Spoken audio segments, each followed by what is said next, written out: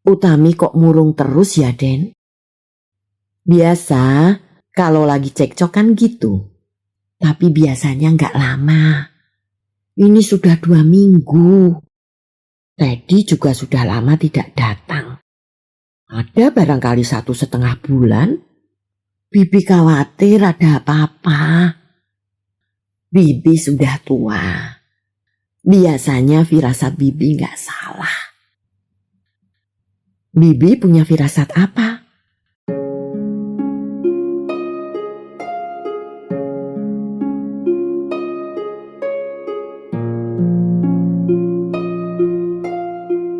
Sekuntum Senyum Buat Utami.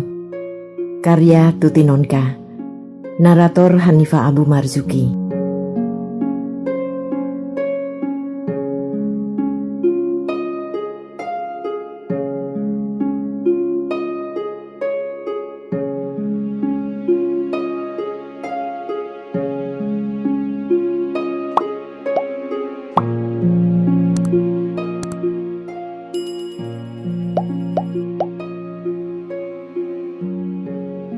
Aku terpaksa garuk-garuk kepala melihat antrian sepanjang sungai Bengawan Solo itu. Meliuk-liuk menuruti tembok gedung Bank BNI 46 cabang Bulak Sumur. Sebab di dekat tembok orang dapat berteduh pada atap tirisan dan ujungnya nongol di luar pintu halaman. Halaman bank yang sempit itu terasa makin sesak oleh orang yang semuanya mau mendapat formulir dengan cepat. 3 tahun yang lalu aku mendaftar. Belum begini seru antriannya. Aku berdiri bersandar tiang sambil mengawasi orang-orang yang antri. Kalau tidak karena Utami, pasti aku sudah pulang. Tidak jadi beli formulir. Sekarang jam 10. Kalau aku antri di pucuk ekor sana, jam 12 nanti baru sampai di depan loket.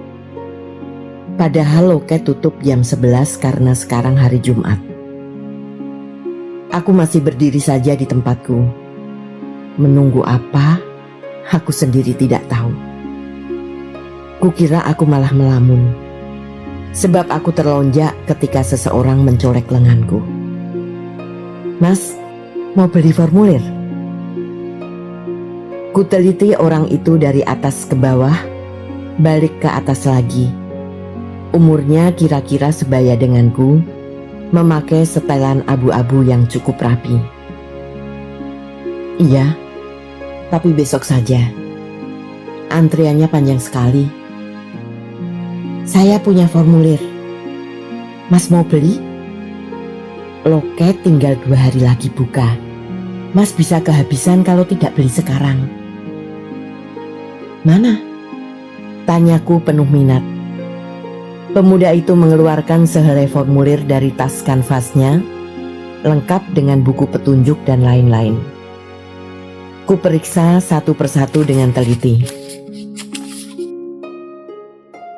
Asli mas, baru tadi saya beli. Komentar si abu-abu. Ya deh, saya ambil. Aku memutuskan untuk membelinya. 9.000 mas. Hah? Aku terbeliak. Harga formulir di loket hanya 6.000. Sekali lagi, mataku mengawasi orang-orang yang antri. Hei, mataku menangkap seseorang yang berdiri dekat loket, tinggal beberapa lagi dari depan petugas. Entah kenapa dengan mataku tadi, sehingga baru sekarang aku melihatnya. Lekas-lekas kutinggalkan tempatku berdiri. Sal, kutepuk bahunya dari belakang.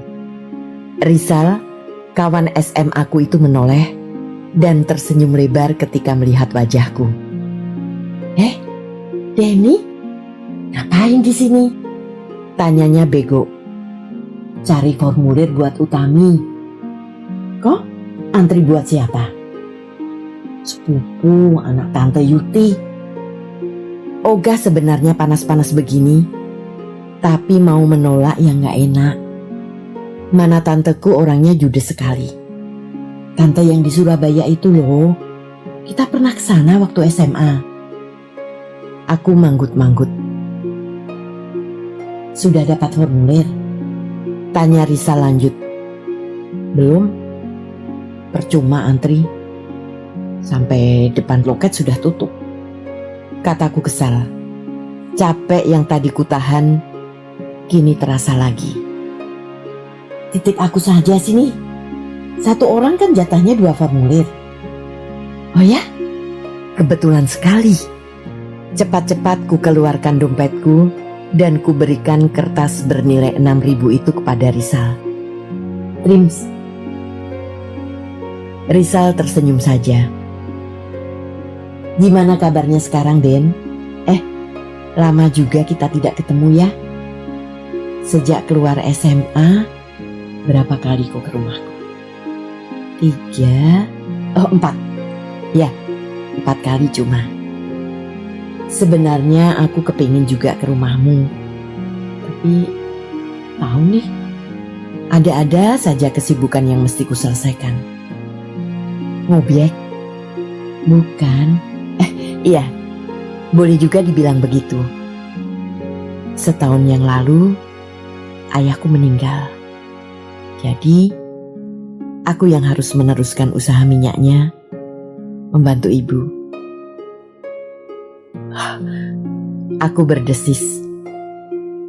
Aku tidak tahu ayahmu meninggal. Maaf, sungguh tidak ada seorang pun yang memberitahu aku. Tak apa. Rizal menggoyang-goyangkan tangannya. Orang yang berdiri di depan Rizal pergi dan sekarang tiba giliran Rizal. Beberapa menit saja, formulir itu sudah berada di tangan. Kami menerobos kerumunan orang-orang, keluar dari lingkupan hawa sumpek. Sekarang mau kemana kau? Tanya Rizal sambil menghidupkan motornya. Pulang. Ke rumahku yuk. Tapi kita makan dulu. Sejak semalam nih, belum diisi apa-apa. Ke SGPC ya. SGPC adalah singkatan dari Sego Pecel. Nama warung nasi pecel yang cukup ngetop di kalangan kampus. Enak, murah, penjualnya cantik. Apalagi yang kurang? Maka meluncurlah motor kami beriringan ke utara, ke warung SGPC di dekat gedung pusat. Ketemu kawan lama yang pernah akrab, cerita pun mengalir seperti ledeng bocor. Rizal bertanya tentang Astri, adik kelas di SMA yang dulu diam-diam kutaksir. Dia tertawa senang ketika kuceritakan bahwa Astri sudah menjadi kelinciku yang paling jinak. Dia sendiri sudah ganti pacar. Sekarang pacarnya anak Bandung, kuliah di kedokteran gigi UGM. Kuceritakan juga tentang Utami sejak perkenalannya dengan Teddy, sampai peristiwa kemarin ketika Utami tidak mau mendaftarkan UGM, sehingga terpaksa aku yang beli formulir untuk dia. Utami sedang menikmati es jeruknya ketika aku tiba di rumah. Kulemparkan formulir itu di meja di depannya. Tuh, diisi, kataku pendek. Kolom pilihan fakultas sudah kuisi dengan nomor kode teknik sipil. Utami tinggal mengisi lain-lainnya. Utami melirik ke formulir itu sekilas. Aku kan sudah bilang tidak akan daftar ke UGM, katanya datar. Sudah, tinggal ngisi saja, kenapa susah? Tidak, Utami keras kepala. Kakak tidak berhak memaksa aku. Kutatap Utami tajam-tajam. Dengar Utami, kau boleh saja berbuat semaumu sendiri, tidak usah mendengarkan aku. Tapi kalau besok ada apa-apa, jangan sekali-kali datang padaku. Mengerti? Utami tidak menjawab. Matanya berkedip-kedip, mirip anak domba dihadapkan golok pemotong leher. Aku melakukan semua ini untukmu, bukan untuk keuntunganku sendiri. Kau mau jadi insinyur kek, ahli masak kek? Aku tidak mendapat apa-apa. Tapi aku ingin kau jadi gadis yang pandai, yang mampu menyumbangkan ilmumu untuk masyarakat, bukan sekedar berkutat di dapur sepanjang hari. Capailah sebanyak-banyaknya sampai batas kemampuanmu.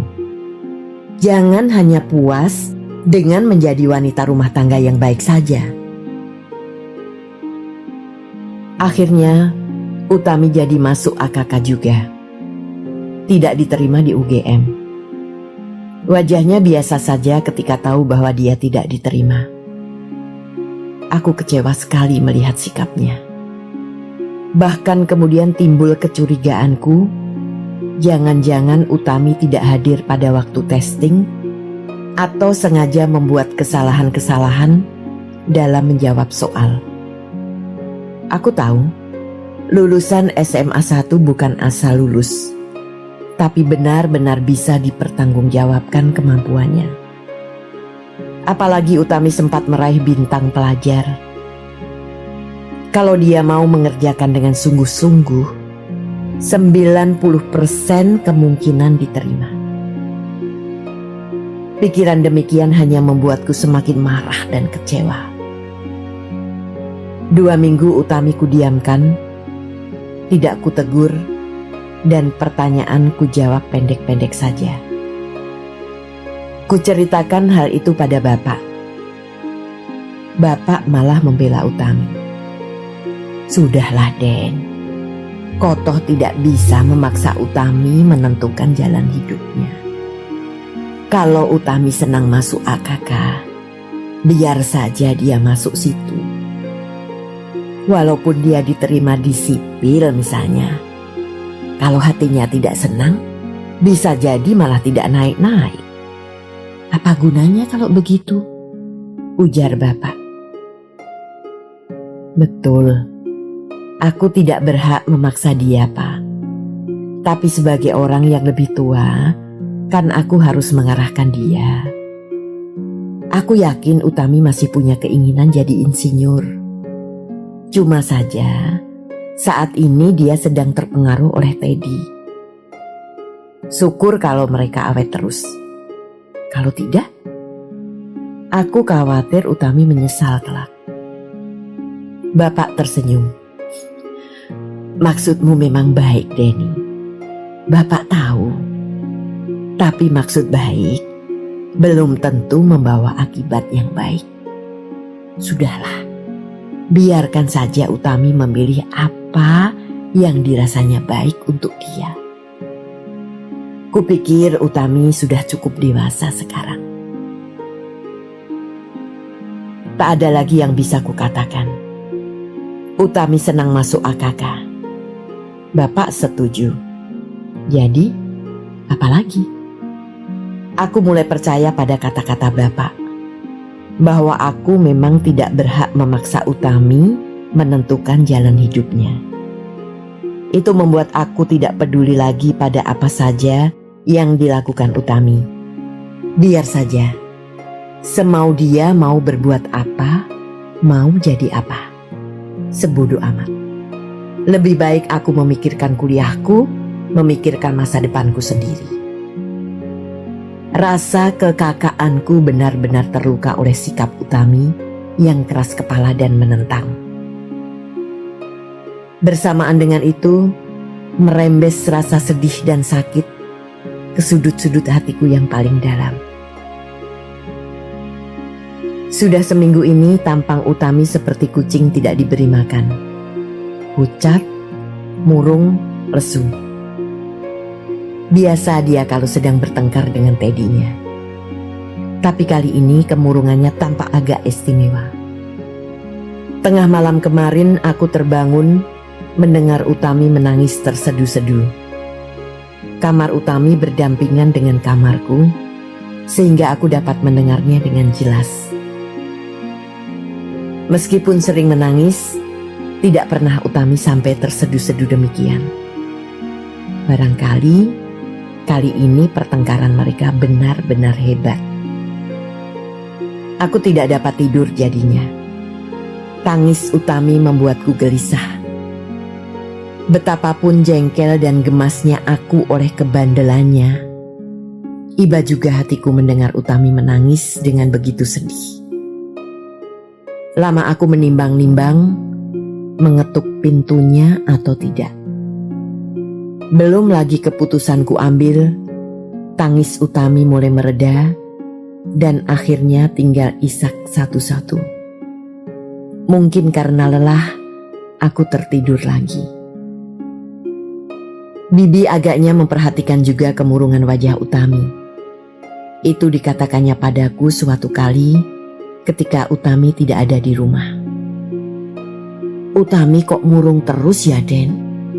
katanya ketika aku ke dapur mencari sesuatu yang bisa dimakan. "Biasa, kalau lagi cekcokan gitu," sahutku sambil membuka tutup wajan. "Yuhui, mie goreng." Lekas-lekas aku pergi kerak mengambil piring. "Tapi biasanya nggak lama. Ini sudah 2 minggu. Teddy juga sudah lama tidak datang.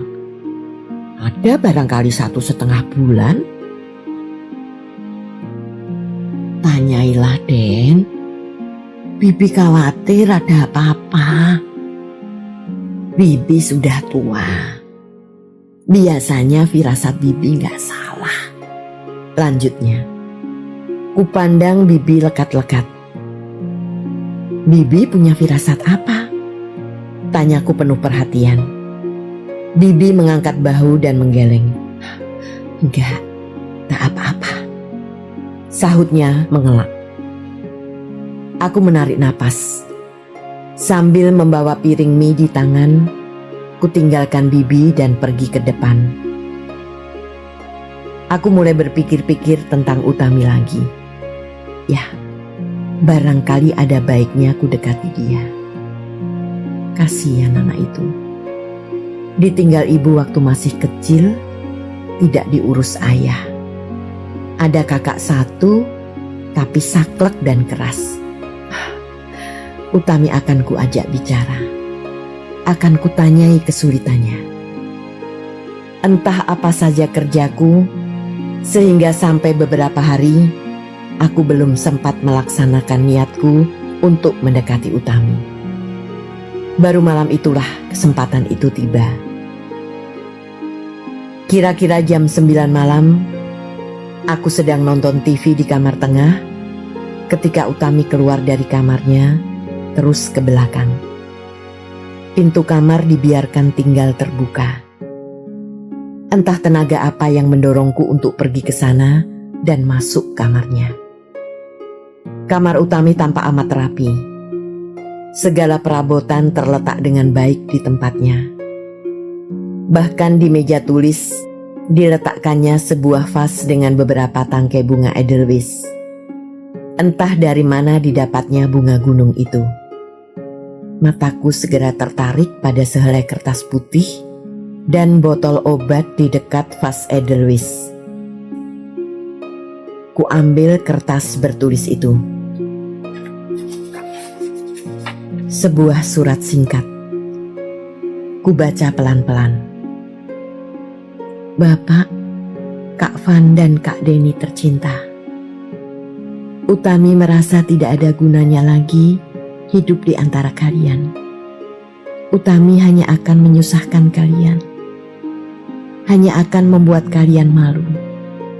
Karena itu, izinkanlah Utami pergi. Maafkan kesalahan Utami selama ini, terutama pada Kak Denny. Semoga Utami diampuni Tuhan. Utami." Secepat kilat, mataku beralih ke botol obat.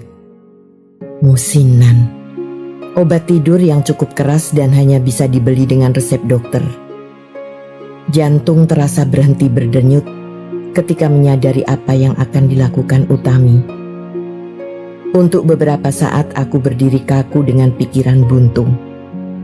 Aku masih dicekam rasa kagetku ketika Utami masuk dengan 2 gelas air putih di tangannya. Aku menarik napas ketika berhasil mendapatkan ketenanganku kembali. Ku letakkan kembali surat itu di meja, lalu pergi ke pintu untuk menutupnya. Utami menunduk, tak berani memandangku. "Duduklah, Utami. Letakkan gelas di meja," kataku rendah. Seperti robot, Utami melaksanakan perintahku.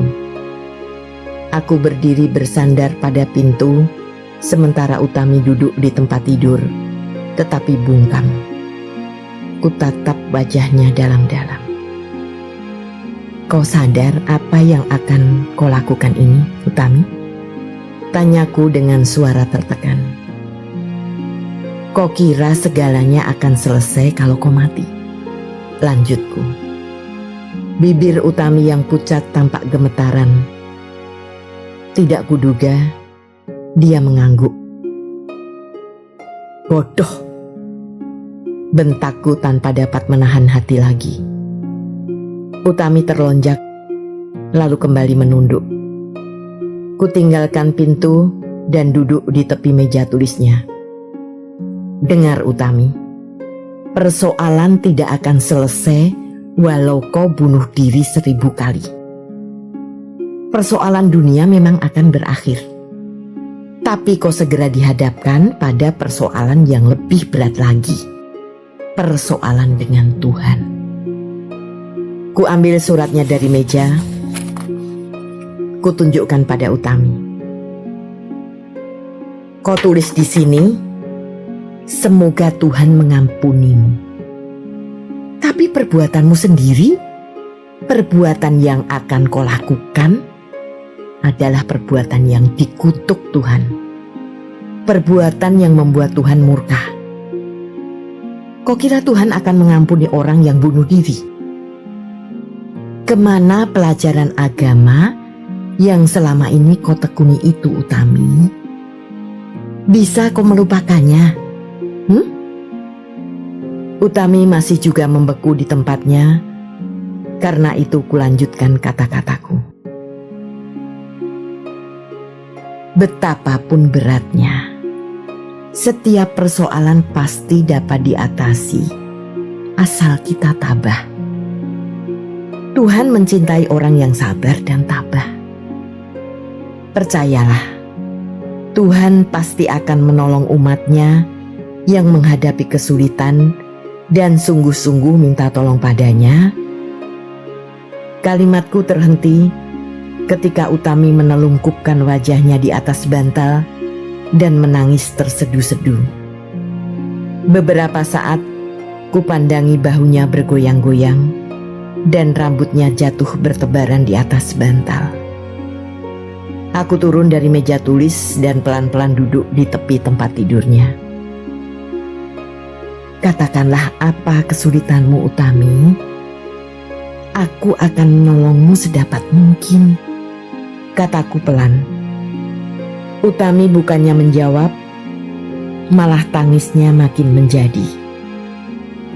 "Aku memang kurang mengacuhkanmu beberapa waktu ini, dan barangkali terlalu banyak mengatur kamu dalam waktu yang lalu. Tapi bukan berarti aku tidak sayang lagi padamu. Kau adikku satu-satunya, dan aku ingin melihat kau selalu dalam keadaan yang sebaik-baiknya, baik dan benar." Tanpa kusadari, tanganku telah menyentuh rambutnya dan memainkannya dengan ujung jariku.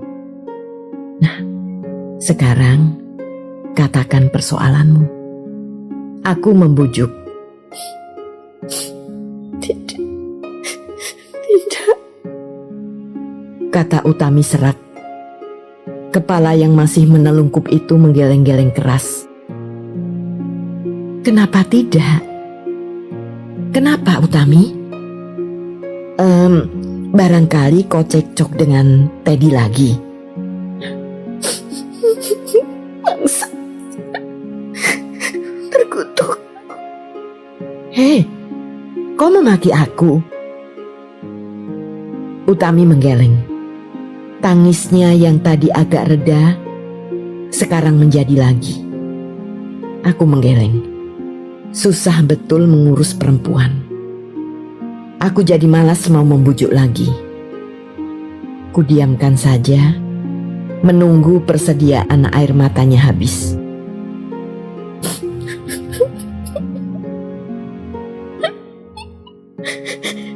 Kak Dani, ampuni Utami. Nah, setelah kudiamkan, malah dia ngomong sendiri. Kenapa minta ampun? Tanyaku. Utami berdosa. Utami ingin mati saja. Boleh, mati urusan gampang. Tapi kenapa? Tanyaku mulai jengkel lagi.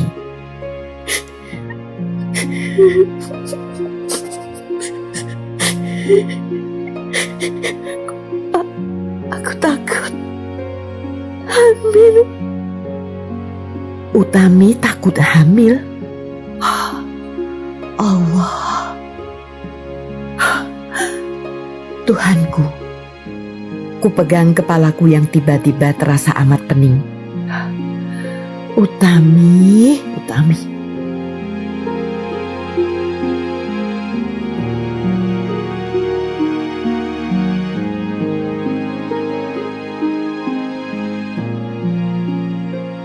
Terima kasih telah menikmati cerita ini. Tuliskan saran atau komentar di bawah untuk memperbaiki channel ini. Jangan lupa tekan tombol subscribe, like, and share.